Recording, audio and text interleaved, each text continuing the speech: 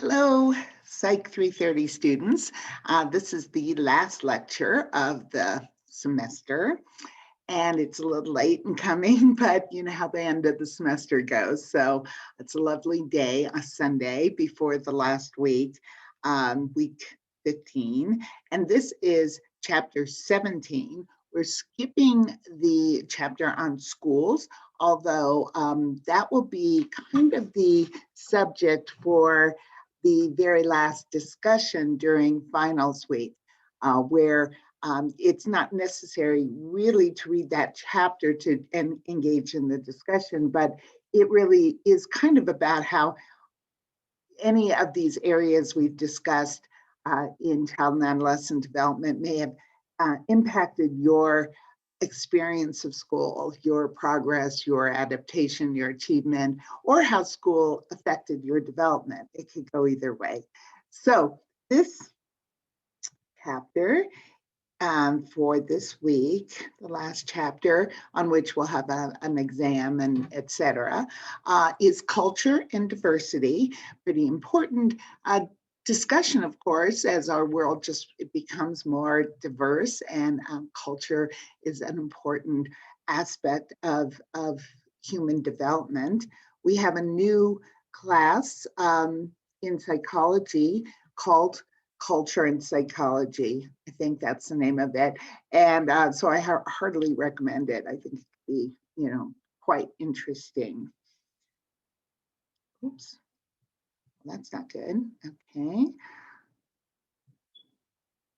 There we go. So first, learning goals for the chapter are to discuss the role of culture in children's development, describe how socioeconomic status and poverty affect children's lives, explain how ethnicity is linked to children's development, and summarize the influence of technology on children's development. Technology was added in there. It's sort of, I guess you could call a cultural influence really around the world now. So culture is defined as the behavior, patterns, beliefs, and all other products, outcomes of a particular group of people that are passed on from generation to generation. So we tend to think of different cultures around the world. Clearly, people bring their own heritage culture when they immigrate to the United States. And so there are cultural influences, multiple cultural influences within the United States. Hard to say that the United States has one singular culture at all. It's quite a mixture of many. So culture is relevant to the study of children because of the attitudes that people have and the way they interact with children. So culture impacts how we see children, how we believe they should best be raised. And we know how within the family, parenting styles makes a big difference to children's development. Values regarding education or what is important to pass on, what's important to learn, all of those things are going to be impactful to development. People in all cultures tend to be what's called ethnocentric. You may hear that in the news sometimes, ethnocentricity. And being ethnocentric means favoring their own group over others. And it's not just something that we're plagued with here in the United States. Apparently, if you go around the world, everyone shows some of this ethnocentricity to a degree.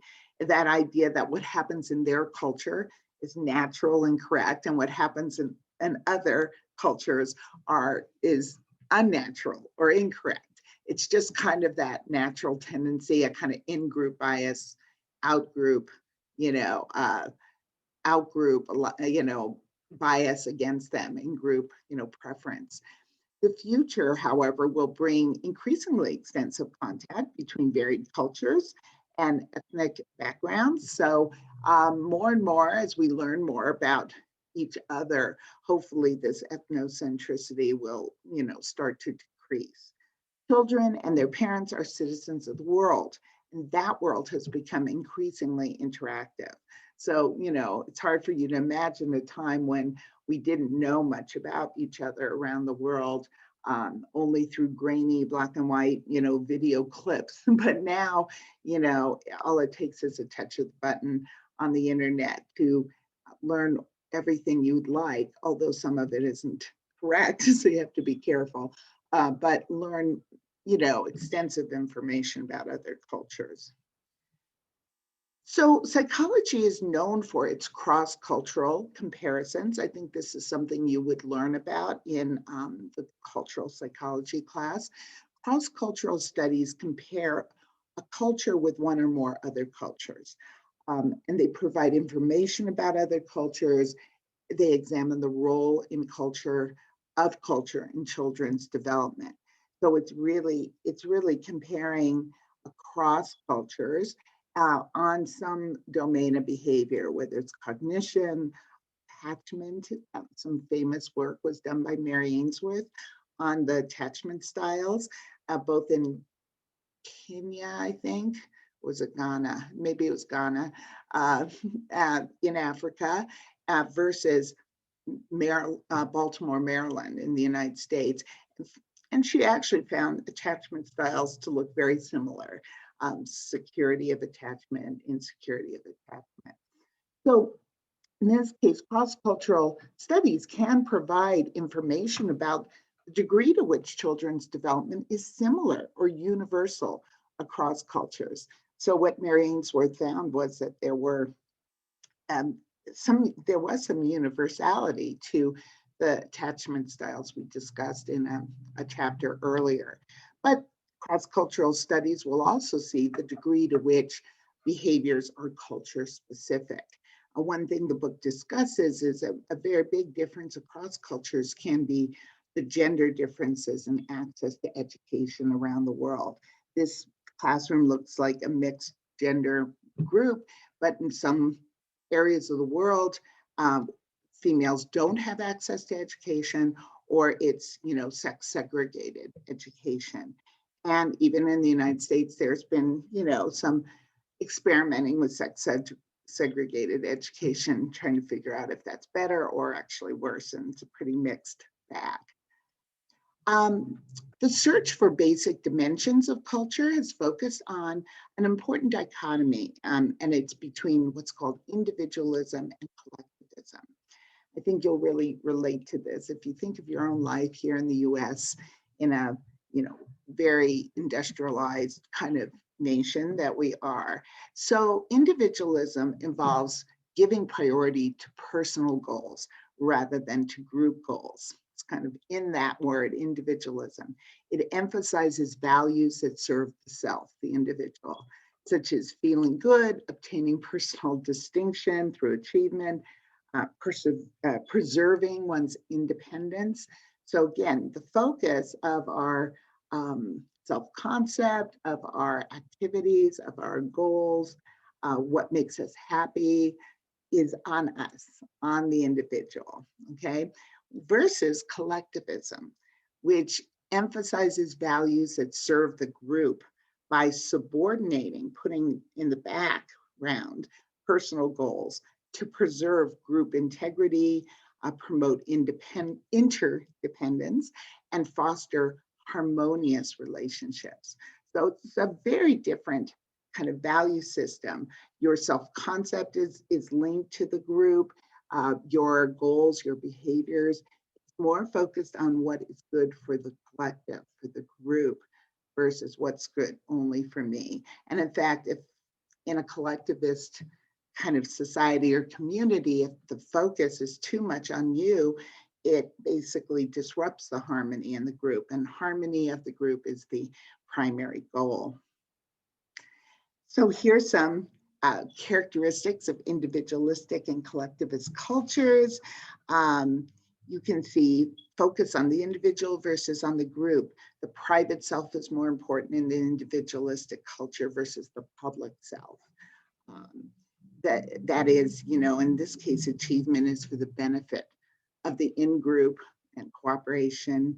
There's just lots of things here. We won't go through all of them, but here many casual relationships, um, in the individualistic, always trying to save face, like feel good about yourself, versus few close relationships where you care both about how you're doing in the relationship, but other people are too.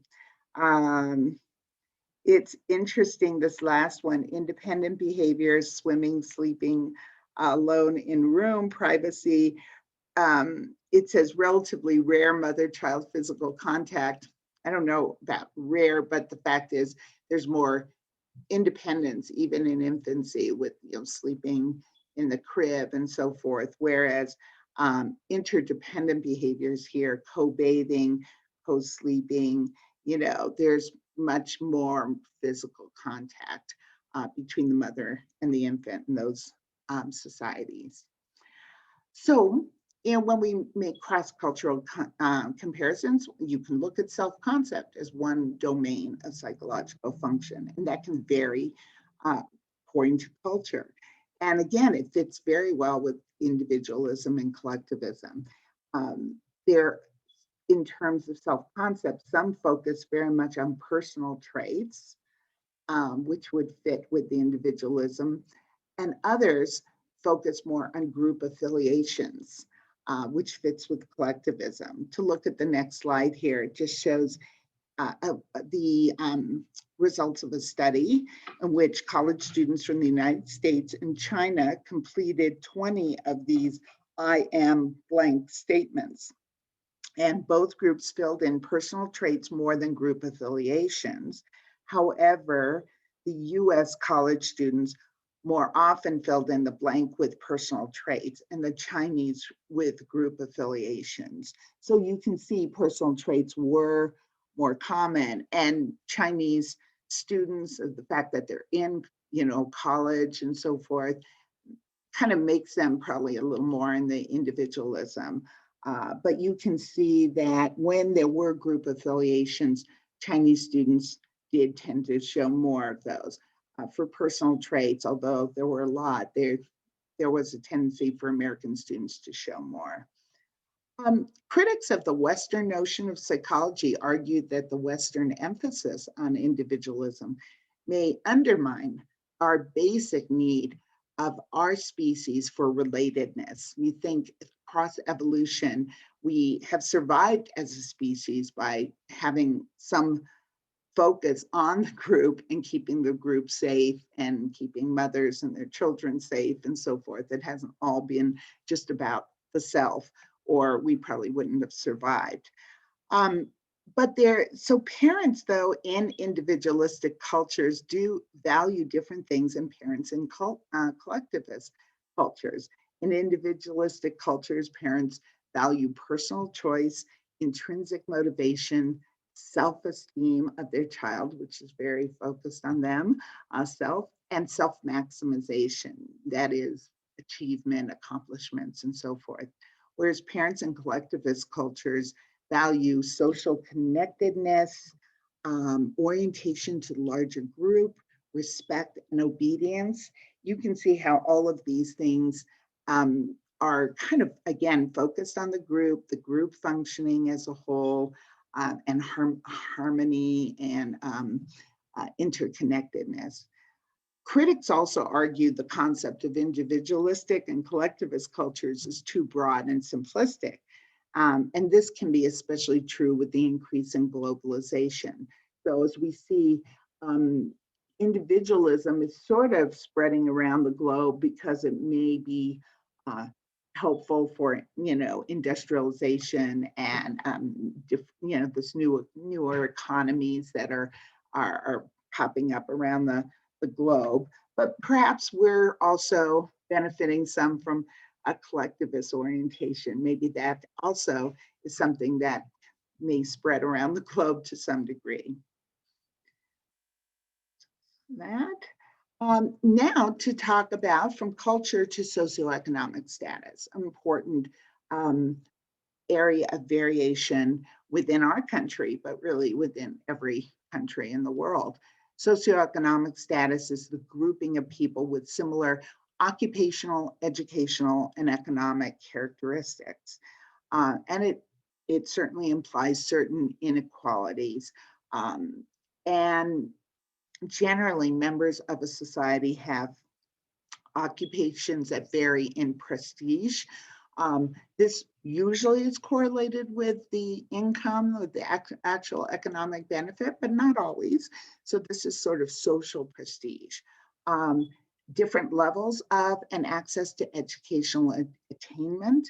And again, those prestigious occupations often go with higher levels of educational attainment, different economic resources, the actual income, family income, and resources they have, different levels of power to influence a community's institutions. So I think it's no secret that within a city, it seems some individuals have more power, even when they're not actually politically connected, or I should say, they're not politicians, or not, they haven't been elected. They're just citizens. So all citizens within a city don't have, it seems, the same power. And power usually comes with economic power and prestige and status. Most research on SES delineate two categories, low and middle. It's sort of rare to look at high income, high SES on its own, although some researchers do focus on that.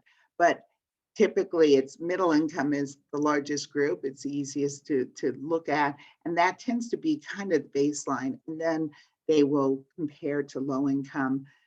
Again, essentially thinking there are going to be some risk factors associated with low income, and that's what they're looking at.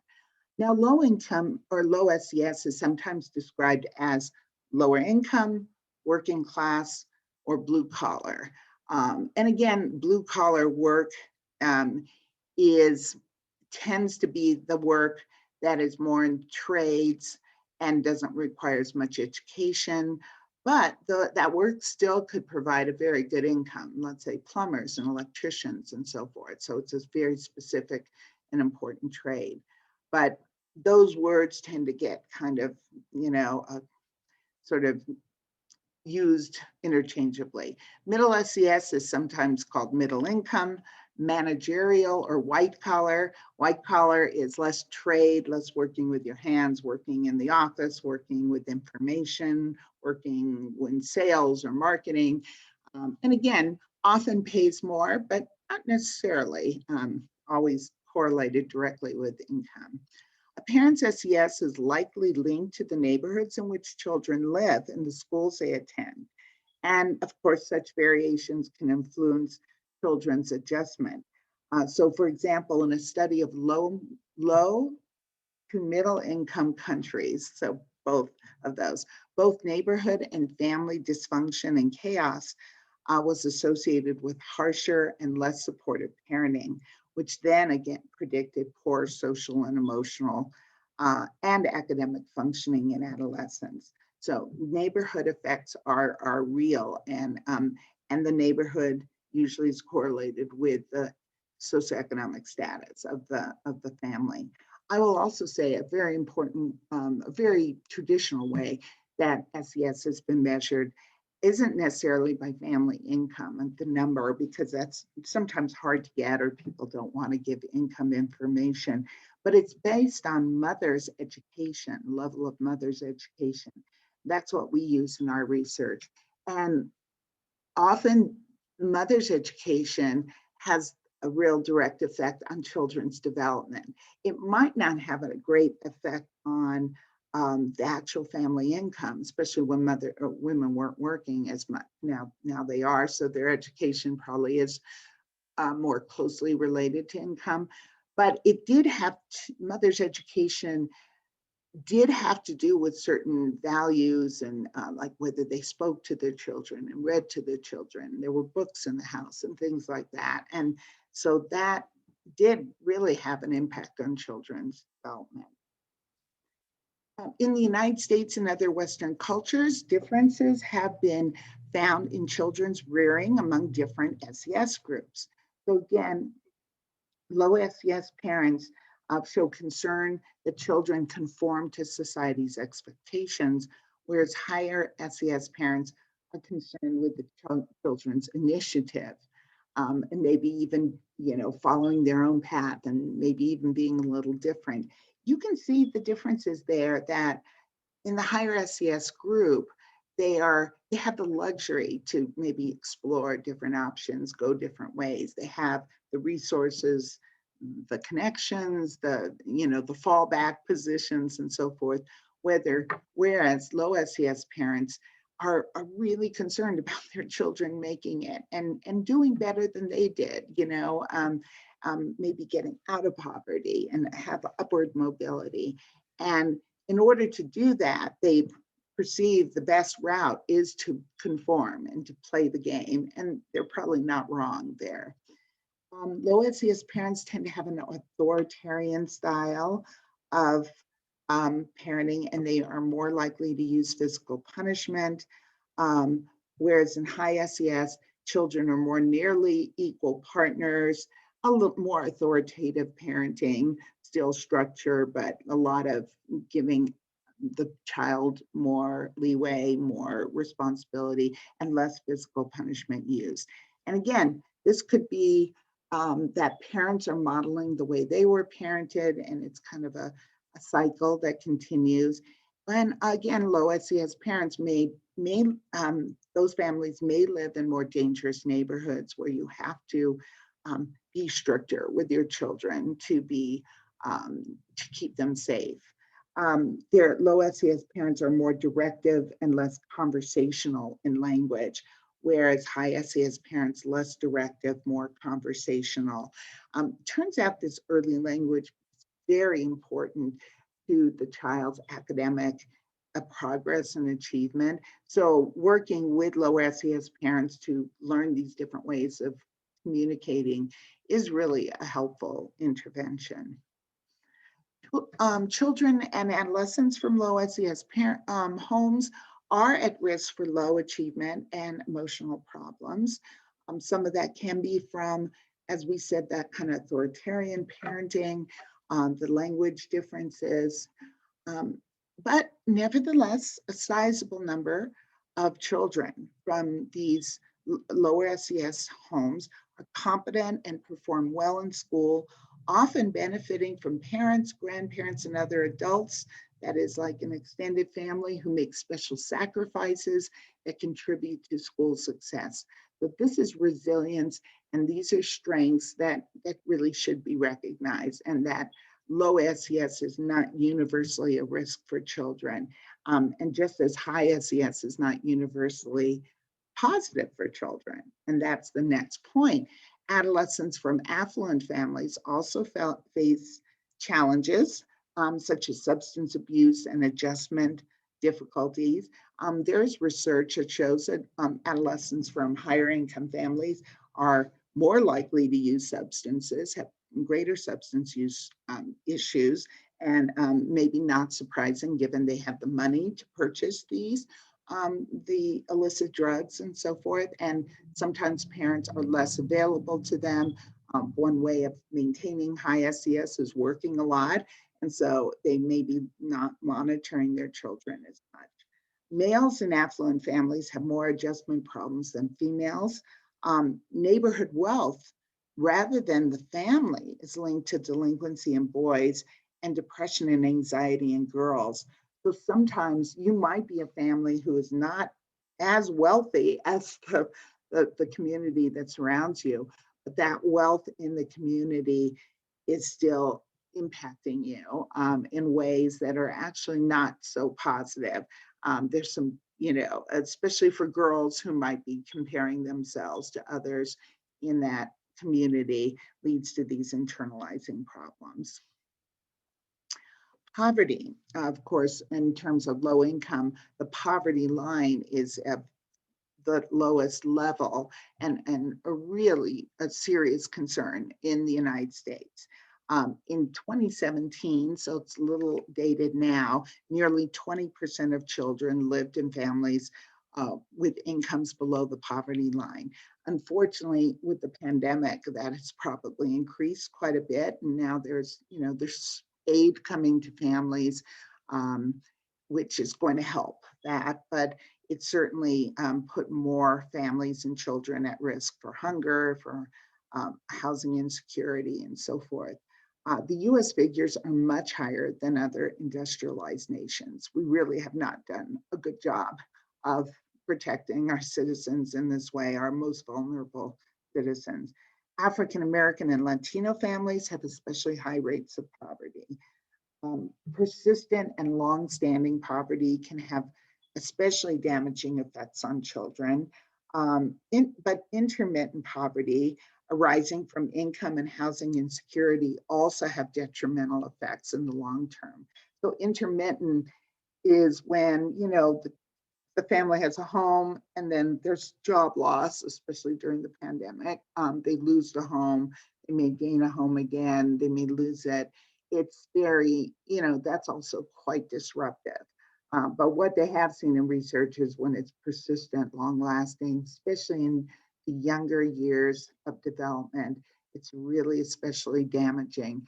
And when you look at children, it's children 5 and under, it's the largest group in poverty. They often have younger parents, and off, often they can get out over their childhood into above the poverty line, but while they're in that 0 to 5 age range, very important for development, they may be living in poverty.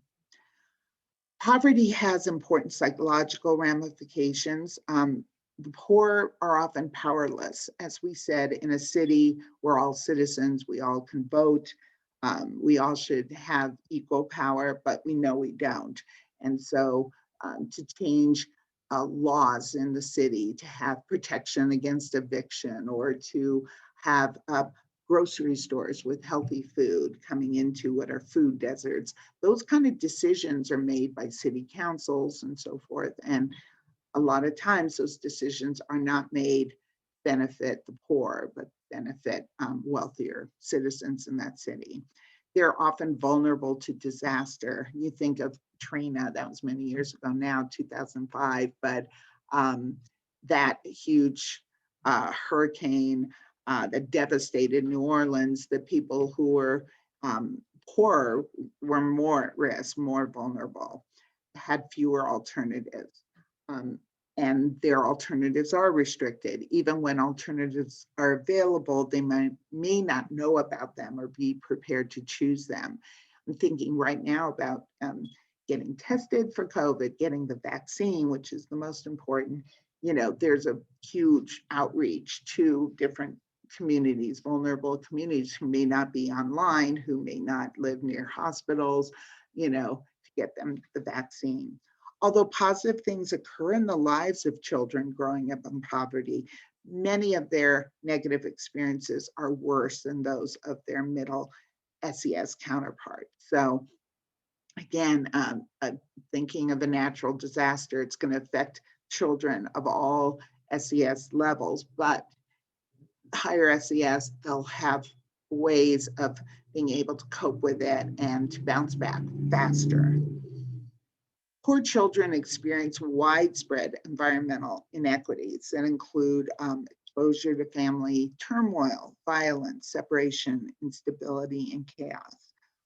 Less social support, parents who tend to be less responsive, more authoritarian parenting, as we said, being read to infrequently, watching more TV or having less access to books and computers.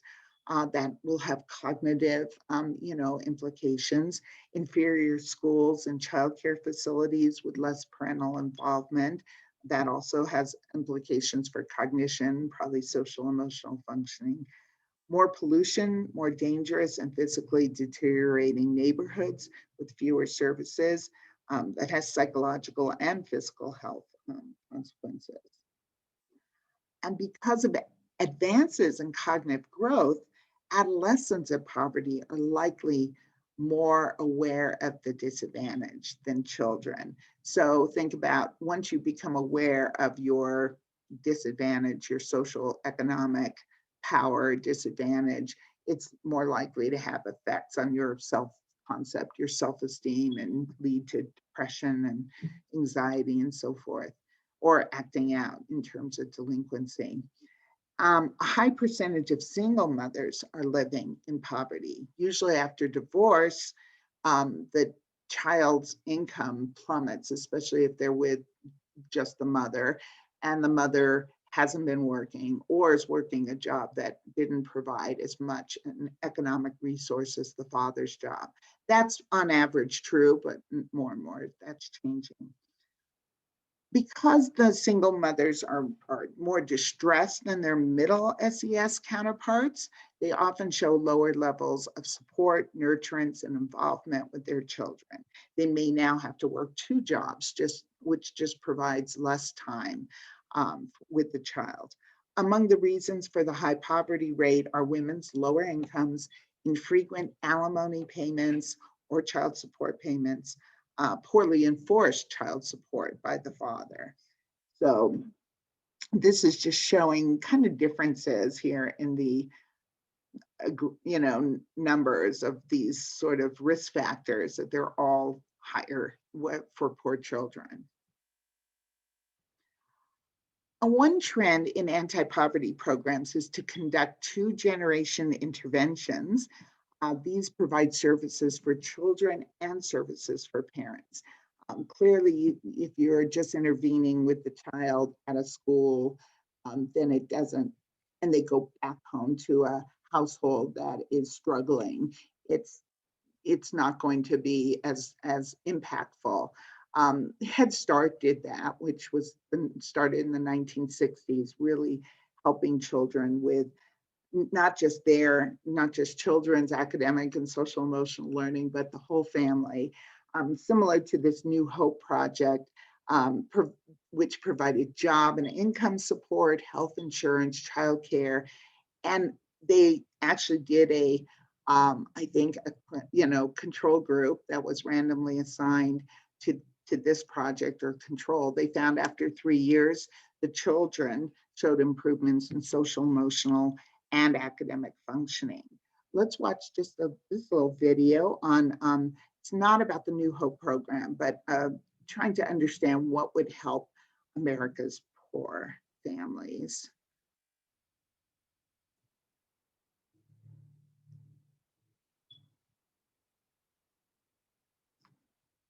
Ansarada. Ansarada. It's Coloradan for deal platform. Turbocharge your next M&A deal. Cap raise or IT.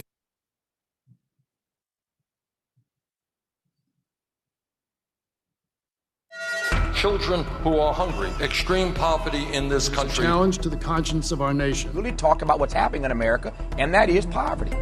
Americans have long been aware of the country's poverty problem. About 1 out of every 6 people that you pass could be living in poverty. Almost half the people in the United States living in poverty. But the nature of the problem, and even the scale of it, seems far from clear. I produce documentary films here at The Economist, and I want to get to grips with the story behind American poverty.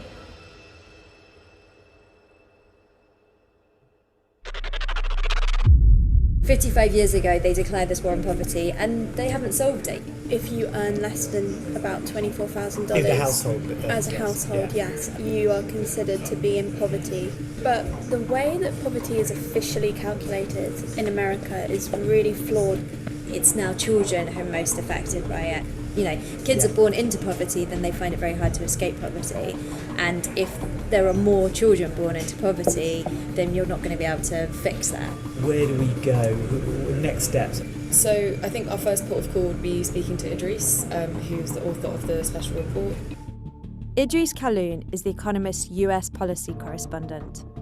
Over the past few months, he's travelled all over America, learning about the current state of poverty in the country, and putting together our most detailed ever reporting on the topic.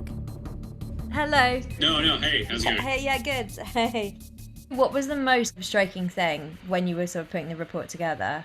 It's kind of a weird thing where, you live in your rabbit hole for so long that you feel like you've only scratched the surface. I was shocked that, you still see a share of the population that is just, really, really deprived. It's different from the way that I think we conventionally think of poverty. I think to this day we think of it as an inner city, largely Black phenomenon, and that's just not just not the case.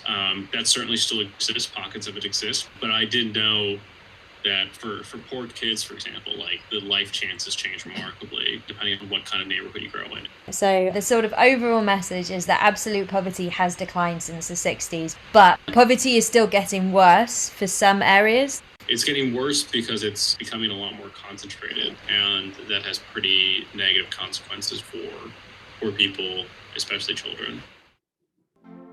This is the official measure of poverty in America.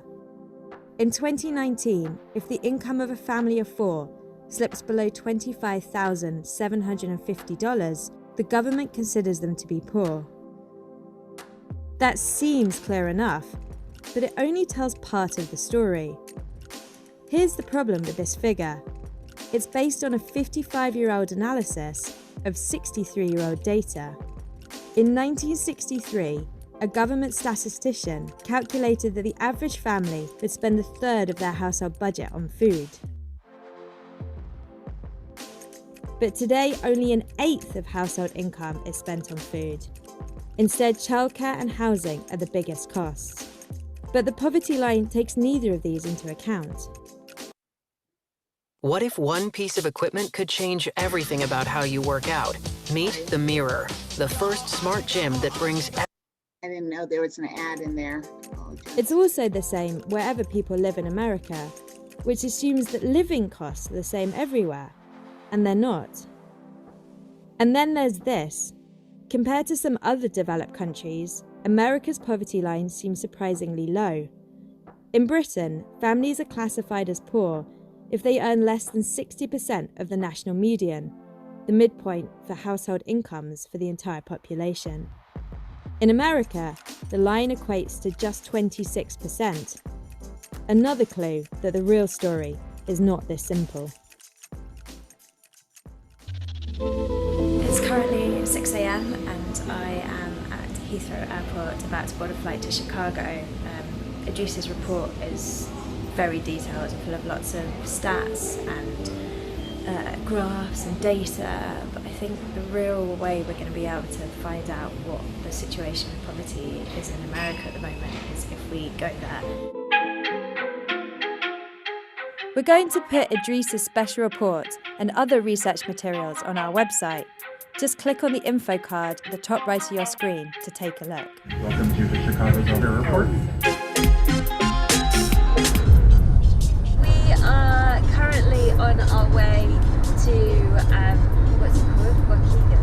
We are currently on our way to Waukegan, which is a suburb north of Chicago. It's in Lake County. We were headed there to learn more about a charity that provides support for struggling families.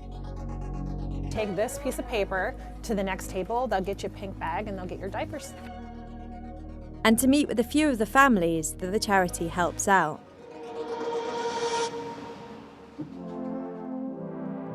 Lydia is a mum of 2 teenage kids and 1-year-old Raya. Look, there's all these people in your room you can play with. Hello, whoa, whoa, what are you? Like others we met in this neighbourhood, Lydia doesn't have a regular job. Childcare here costs more than the wages she can earn. What does your partner do? He is a general manager for a fast food chain. He just got promoted.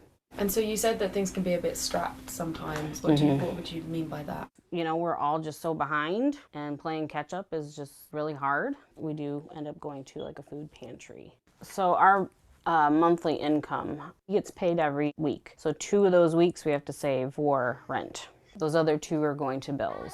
My husband has to have his phone for work, so we have to pay for the phones. We don't have a landline. And we have to have internet because my kids have either a laptop for school or like an iPad for school. They don't use books anymore. So they need to have internet to do their homework. You know, we want to do everything right. It's just really difficult. It's interesting because I think the perception of what poverty is actually quite different from the reality. You can be poor, but you can still have 2 cars, you can still have a TV, you can have a washing machine, a dishwasher. You wouldn't look at the neighbourhood and think like, oh God, this is a really poor neighbourhood. And you can see that kind of desire for the kids to do well and to be educated and go on and sort of be able to live a slightly different life. But you know, as we know from our research, that's hard. And if you live in a poor neighborhood, it's quite hard to break out of that cycle of poverty.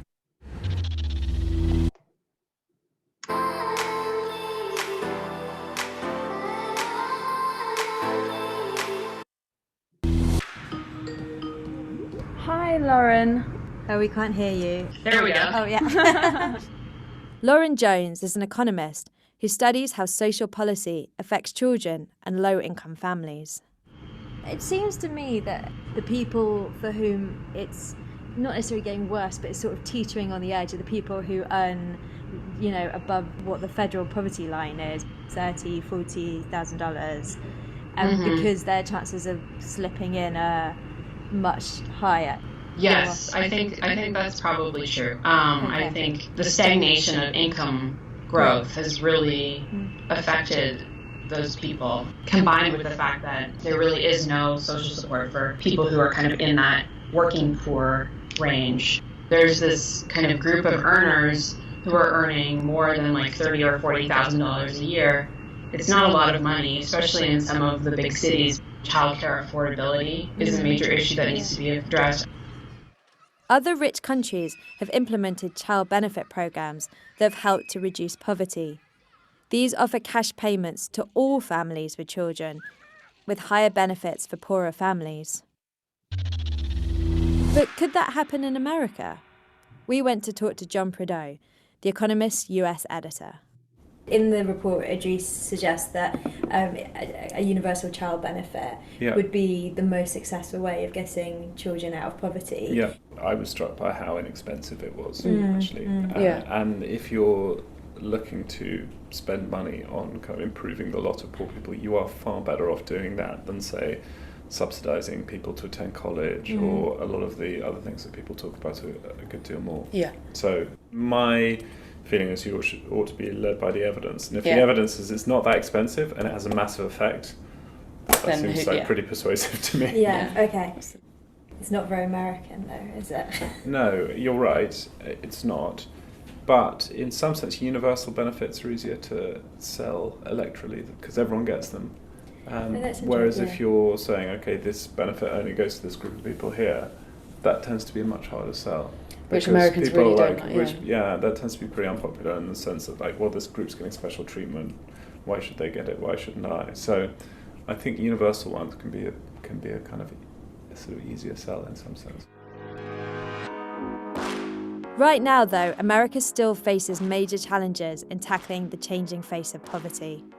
We've made another film that explains more about those challenges and why organisations like this diaper handout charity are still vital. Morning. Do you have your ID? Thank you. We've had clients come to us that have said, I've rinsed out a diaper and I've reused it. I've turned a diaper inside out and I've reused it. Sometimes I've left my child in a diaper for far longer than I should have. You can find out more about the Diaper Project and watch the rest of that film by clicking on the link opposite. The other link will take you to some of the resources we used when we were making this film, including the special report on poverty in America. Thanks for watching.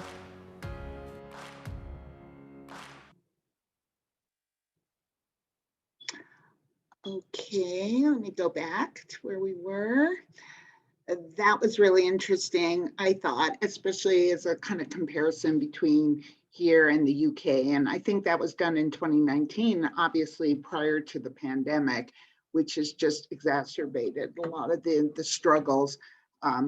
Imagine, the manager at the fast food restaurant when even fast food was shut down for a while.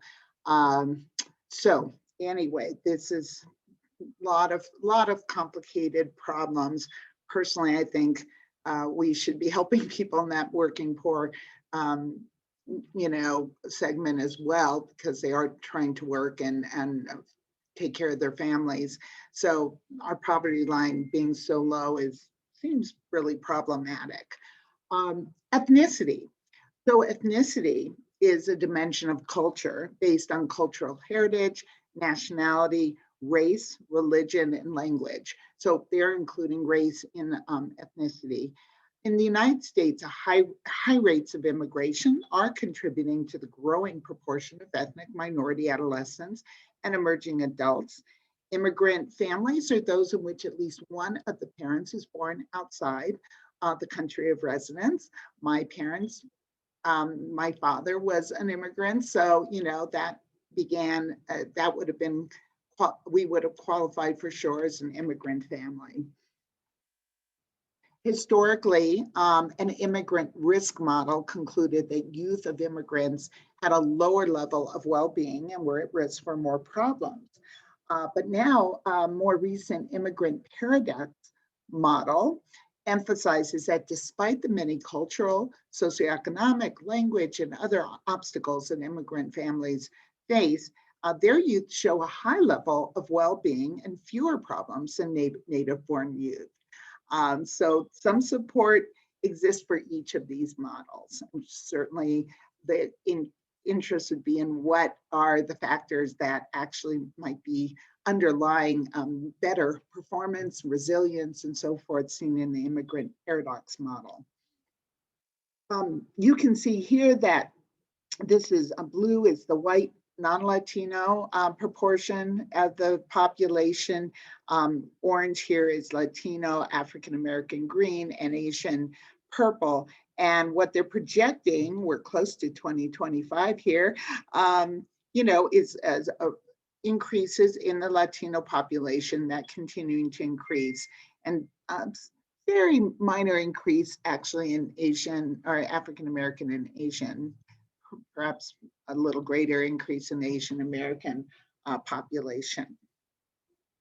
Immigrants often experience special stressors.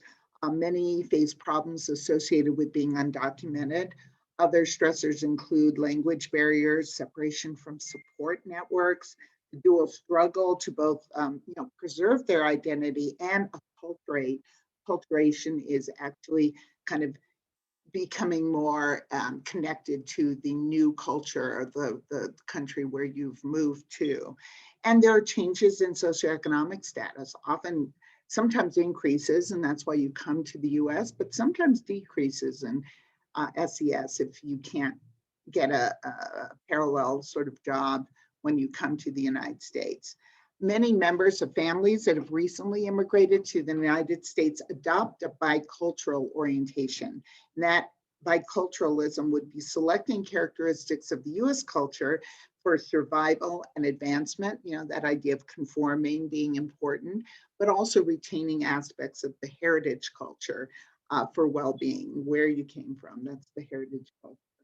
Parents also focus on issues associated with promoting children's ethnic pride, their knowledge of their ethnic group, awareness of discrimination. Oops. Many immigrants come from collectivist cultures that emphasize family obligations and duties. And this can take the form of adolescents assisting parents in their occupations and contributing to the family's welfare. It's more common in an immigrant family for the kids to work in the family store or work with the parents and actually even contribute to the parents, to helping, pay the rent or buy food. And that's a little less, it seems less likely for native-born, families when an adolescent has a job that they have to contribute to the family. Although it certainly can happen, especially in families in the poverty area. Mexican-American teens who stay close to their families and those that held similar values also seem to engage in less risky behaviors. Individual families differ and the stress they deal with depends on many factors, of course. The characteristics of the family's social context will influence adaptation. Are they living in urban areas or rural areas, or what kind of support systems are available to them? Ethnicity and socioeconomic status can interact in ways that will exaggerate the negative influence of ethnicity, or at least what looks to be the negative influence in research. Ethnic minority individuals are overrepresented in lower socioeconomic levels in our society. In research, this is called a confounding of SES and ethnicity.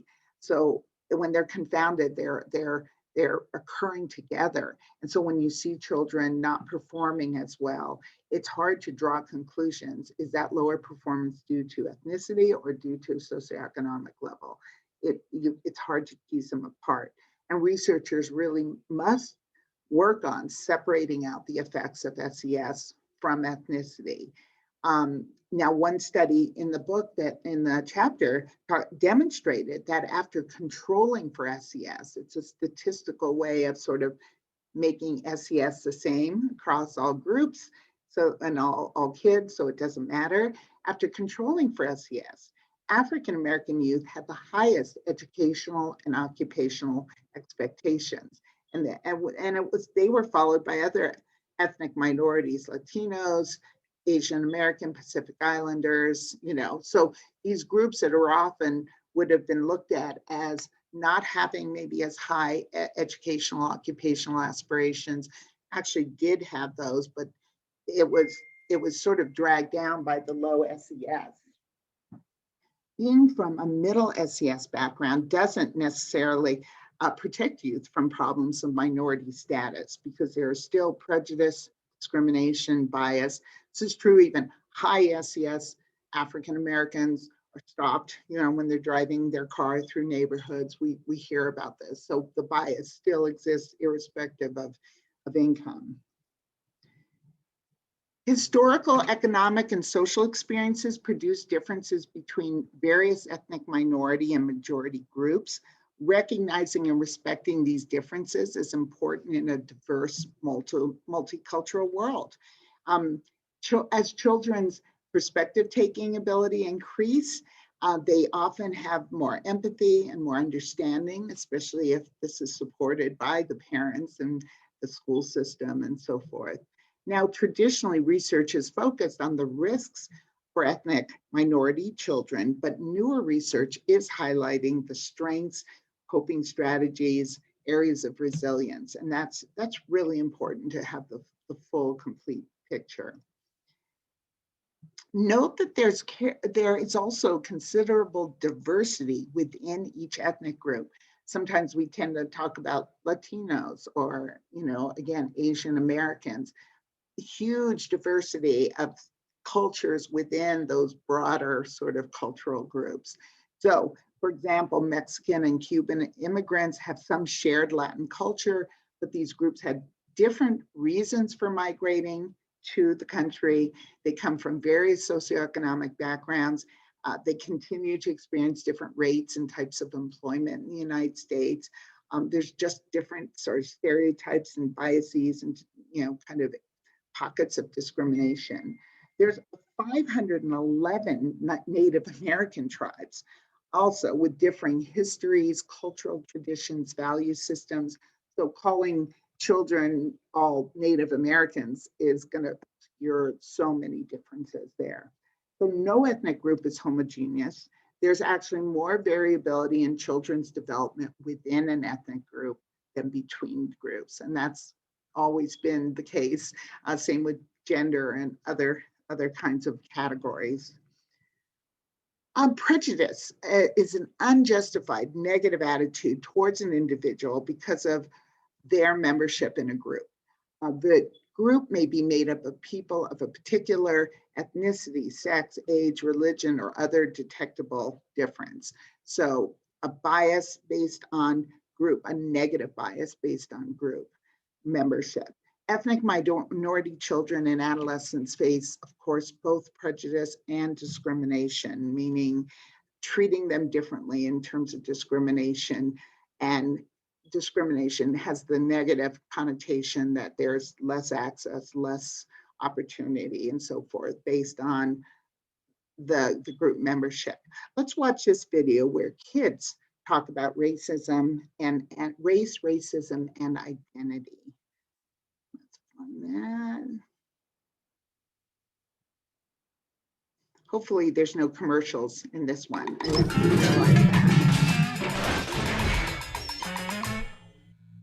Today we're going to talk about race, racism, identity. Are these conversations that you have at home sometimes?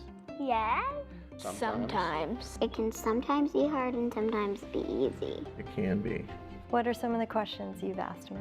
Like, what is race? And did we talk about it? Mm-hmm. When people say, we're talking about race, what do you think of? I get two things. Okay. First, like a race, like an actual race, like a... Okay. What's the second one? Probably skin color. Different skin colors. But we're humans. We can speak. We can express our emotions. The human race, basically. The human race. Yeah. I love it.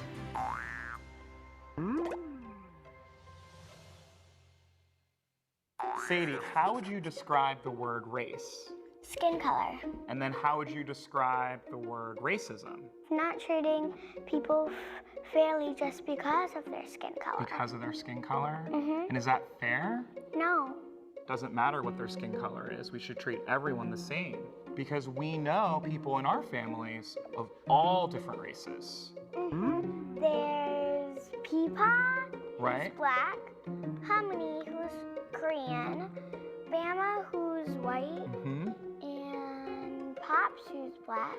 That makes me half black, half white, half Korean. Whoa, that's a lot of halves. I'm gonna have you pick up that first top orange card and ask that one to your dad. Why do people look different from one another? Yeah, that's a good question.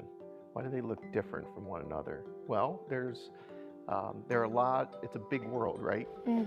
And it's kind of like the crayon box where there's all kinds of different combinations. And then as people moved around, you start kind of mixing up those crayons and those colors. Our eye colors are different, our skin colors are different, the textures of our hair is different. It's just how we're intended to be made. And people can tell differences because their skin color is not the same as another skin color. Like me and you, we almost have the different skin color, but on my hand, like that's kind of the same right there. The conversation around just the differences in our skin is talked about so negatively, like it's a secret, and it's actually something to be celebrated and something to be proud of. What words would you use to describe your skin color? I say black or I say brown. Black or brown. Black or brown? So my skin color is like a peachish tan, and then Daddy's, What's my color? it's like a brown peach. Brown peach. Mommy's skin is like a peach. Daddy's skin color is brown. Yeah. And my skin is like light brown. Mine's light and his is tan. I look light brownish. This looks good on me, and that looks good on you. So we've had this conversation for a long time in our own household, which I'm really happy about, but it's important to talk about so that you understand who you are. Does that make sense? Yeah. It's very important to talk about race and how are people different. How come? Because some black people aren't being treated as fairly as white. So when we talk about people being treated differently because of the color of their skin, that's racism. Racism. Yes.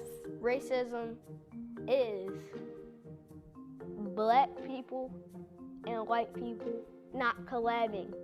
The lens is constantly on black and white people, but the practice of racism, meaning someone just completely dismissing or dehumanizing another person based on the color of their skin, happens to so many communities around the world.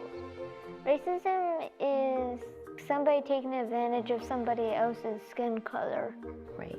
People can be prejudiced against other people because they speak different languages, because they're different religions, because they come from other countries.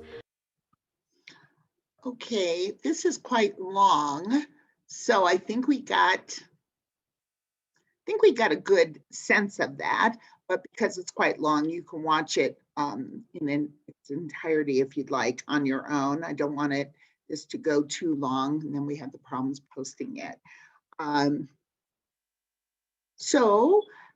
This table, though, does show African American adolescents' report of racial hassles in the past year.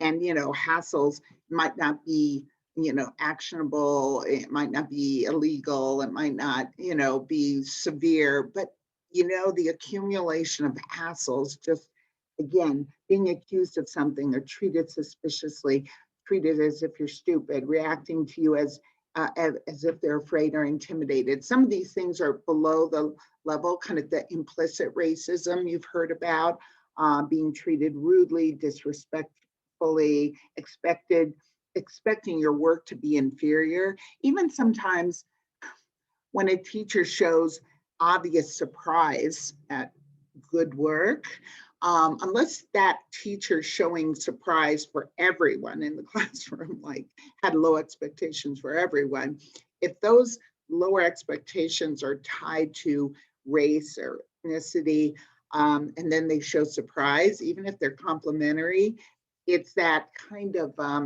that's problematic because it kind of shows that they had lower expectations to begin with. So you can see that these are high rates of these hassles that they've experienced. Technology. Many of today's adolescents have spent more time since infancy in front of a screen than with their parents or in the classroom. That's an amazing and kind of very concerning statement, right? This is now referred to as screen time, which encompasses time spent watching or using television, computers, video game systems, mobile media such as smartphones, and so including, social media, of course, on those devices. Digital technology is affecting children and adolescents in both positive and negative ways. On the positive side, it clearly can provide extensive knowledge that can be used to enhance children and adolescents' education. I mean, I definitely remember your parents, your grandparents remember having to look up things in an encyclopedia and find it. And those were wonderful resources. But now we know that not only can you get those encyclopedias online, there's just vast amounts of information.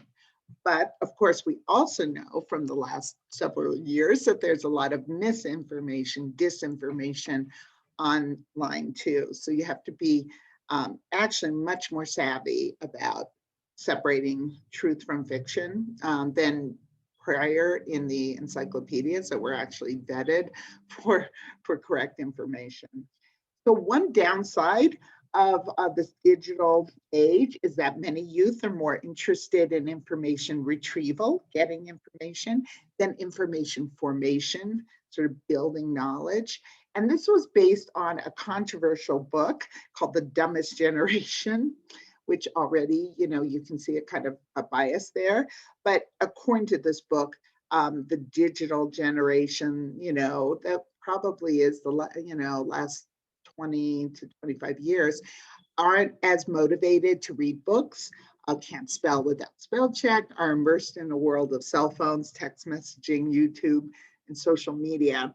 And I actually can say from a mother of a 29, 27, and 24-year-old, I would not put them in that category. And I bet you wouldn't necessarily put yourself in that category either. And so that's kind of a broad generalization. Now, there's no consistent research evidence that this immersion actually does impair thinking skills, cognitive skills. So there is that. There is, however, evidence suggesting that screen time on social media in particular may be negatively affecting mental and behavioral health. There's been the studies that look at amount of time in social media, Facebook, Instagram, and the like, and seeing positive associations with depression, for example, and anxiety. But it's really unclear the cause and effect. As we know, correlations don't imply causation. So is it being on social media that's causing depression? Or are people who are more depressed more likely to be on social media rather than being out and about with others and live and so forth? And it's probably both, although I think there is some evidence of a kind of causal social media kind of possibly causing depression in some situations. Because screen time is largely sedentary, there are concerns about physical health, including increased risk of obesity and disrupted sleep. So this is showing the amount of time 8 to 18-year-olds spend per day on different activities. I think I cut this off a little bit, so I'm sorry about that. Blue is 15 to 18. This is probably the youngest, the middle group, and the oldest age group. This was in your book. A major trend in the use of technology is the dramatic increase in media multitasking. So when the amount of time spent multitasking, trying to juggle different media forms, often with homework and with entertainment, when the amount of time is included in total media use, 11 to 14-year-olds spend nearly 12 hours a day exposed to media. So one longitudinal study found higher multitasking did predict attention problems. And again, I guess you might think that's causing attention problems. Is it also possible that kids with attention problems are distracted enough that they actually are sort of attracted to multitasking because it's harder for them to focus in on one thing? So you'd have to see what that study did about that. In another, the presence of phones during face-to-face interaction interfered with social engagement. Kind of not, that seems like a no-brainer there. Now, there are positive influences of TV where it can motivate. There are motivating educational programs on TV. There's information from outside of the immediate environment that's provided through television, broadly speaking, TV. Models of pro-social behavior. So certainly like Sesame Street was wonderful for that, providing educational experiences as well as pro-social behavior models. Negative influences of TV is that it's a passive learning and homework distraction, stereotypes presented on television, violent models of aggression, unrealistic views of the world. I would say sexualizing women and gender differences, as well as more traditional gender stereotypes, impacts on weight, eating habits, and sleep, as well as wake time, sleep and wake time habits. Now, violent video games, especially those that are highly realistic, have raised concerns about the effects on children and adolescents, probably really starting with the Columbine mass murder. And people talked about violent music and violent video games as a potential contributor. Children and adolescents who extensively play violent video games are more aggressive. Again, the direction of cause and effect, if there is one, is really difficult to disentangle. People who are inherently more aggressive are likely to be attracted to those games more so than people who aren't. So really hard to determine cause and effect. Playing video games is associated with some positive outcomes, however. There are pro-social behaviors and improved visual spatial skills. So the pro-social behaviors must come from a different sort of video game, probably not the ultra-violent kind, but maybe more imaginative and taking on new roles and things like that. Weight loss with video games requiring exercise, those kind, I forgot what those were called now, but they could actually be helpful. The effects of media screen time depend on child's age and the type of media involved.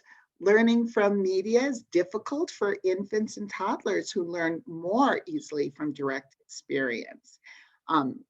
Working with an infant, toddler, and reading and playing a game with them is going to be orders of magnitude better than them just learning from a two-dimensional screen.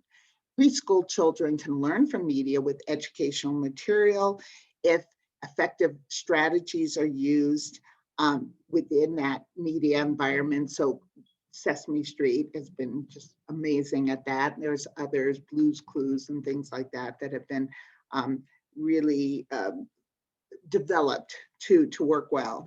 Images and sounds attract young children's attention. We know that's true in Sesame Street. Children's voices are used rather than adult voices, and the little characters in Sesame Street are so cute and relatable. The American Academy of Pediatrics recommends that children under 2 years of age not watch TV, not have any screen time really, not just TV, but screen time. TV watching is likely to reduce direct interactions with parents. So there's only a certain amount of time. And if they're in front of a screen, they're not interacting with you.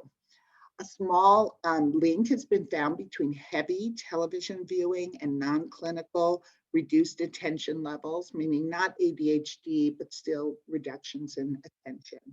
There's a negative association between TV viewing and creativity, but an exception occurs when they watch educational TV content designed to teach creativity. So it can be used to actually enhance creativity. A little worried about the time, so I'm going to skip that one video for now. The more time children spend watching the screens, the lower their school achievement. So these are 3 different potential reasons for this. The interference, having a TV on can interfere with cognitive tasks.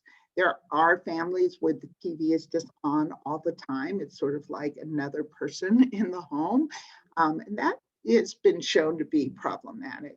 Displacement. TV can take time and attention from achievement-related tasks. So again, zero-sum game and how much time we have, and it's taking away time. Self-defeating tastes or preferences. TV captures children's interest more than school achievement. Heavy screen watchers tend to view books as dull and boring. So it's not only interfering or displacing time, it becomes more attractive to children than school work and achievement. One can see how that would happen, but that's a really dangerous kind of road to go down. Some types of TV content, newer technologies such as the interactive touchscreens, hold some promise for motivating learning and problem solving. Goodness, think about the last year of learning through Zoom.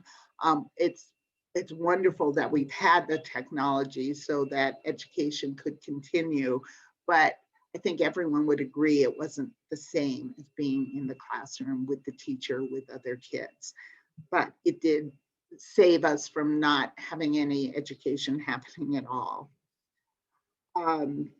This is the education TV viewing in early childhood and high school, and high school grade point average for boys. That is, how much did they view TV in early childhood, and did it predict GPA in just boys?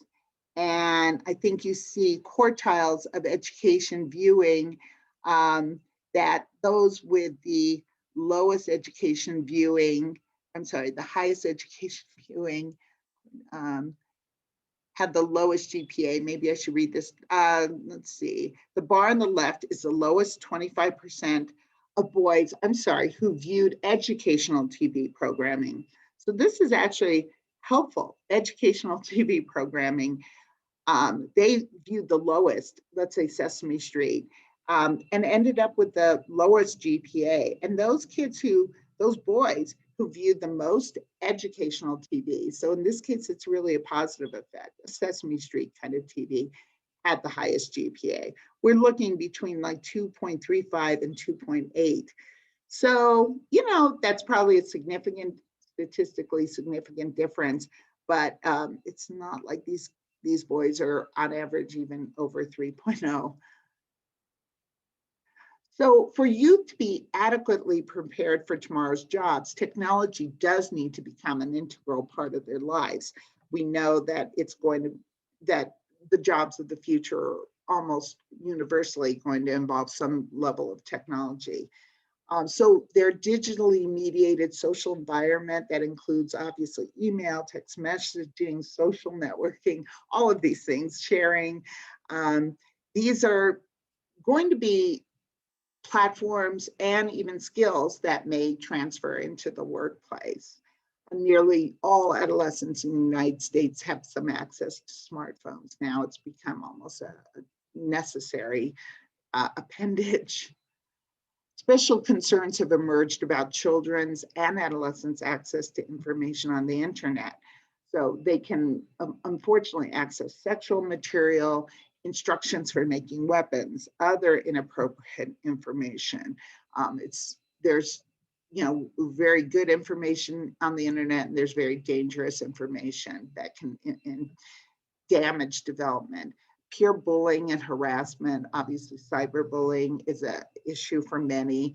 The kind of bullying that was just confined sort of the classroom and the playground has now just become ubiquitous. It can happen at any point in time in the middle of the night via cell phone. There's mounting concern about opportunities for cyber slacking, such as multitasking with entertainment and communications while taking notes or studying. Cyber slacking is a big problem at the workplace, because I was looking at some videos on that. Clearly, adolescents' use of the internet requires parental monitoring and regulation. Okay, so we're done. I skipped that one video, but I want to make sure it's not too long to post. Last one. Enjoy your summer. Enjoy, hopefully, maybe non-pandemic summer or reduced pandemic summer. Get your vaccines if you can, because I think that's going to be our salvation. Science is going to save us, as it has so many times. So take care and have a wonderful summer. Okay.